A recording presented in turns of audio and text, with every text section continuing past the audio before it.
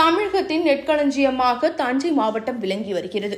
இதில் குறுவை, சம்பா, தாளடி என 3 போகம் நெல் சாகுபடி நடைபெறும். இதற்காக மேட்டூர் அணையிலிருந்து ஒவ்வொரு ஆண்டும் ஜூன் மாதம் 12ஆம் தேதி தண்ணீர் திறந்து விடப்படுவது வழக்கம். இந்த சாகுபடிக்கு தேவையான விதைகள், உரங்கள் மற்றும் இடுபொருட்கள் வரவழைக்கப்பட்டு இருப்பு வைக்கப்பட்டு தனியார் மற்றும் கூட்டுறவு சங்கங்கள் மூலம் விற்பனை செய்யப்படும். தற்போது டெல்டா மாவட்டங்களில் ஆழ்குழாய் கிணறு மூலம் கோடை நெல் சாகுபடி நடைபெற்று வருகிறது. இதற்கு தேவையான உரம் வெளி மாவட்டங்களிலிருந்து லாரிகள், சரக்கு ரயிலில் கொண்டு வரப்படுகிறது. அதன்படி தூத்துக்குடியிலிருந்து சரக்கு ரயில் 21 வேன்களில் 1344 டன் யூரியா உரம் தஞ்சை ரயில் நிலையத்திலிருந்து கொண்டு வரப்பட்டது. பின்னர் உர மூட்டைகள் லாரிகளில் ஏற்றப்பட்டு தஞ்சை, பட்டுக்கோட்டை, கும்பகோணம், திருவாரூர் ஆகிய பகுதிகளில் உள்ள தனியார் உர விற்பனை நிலையத்திற்கும் தொடக்க வேளாண்மை கூட்டுறவு கடன் சங்கங்களுக்கும் கொண்டு செல்லப்பட்டது.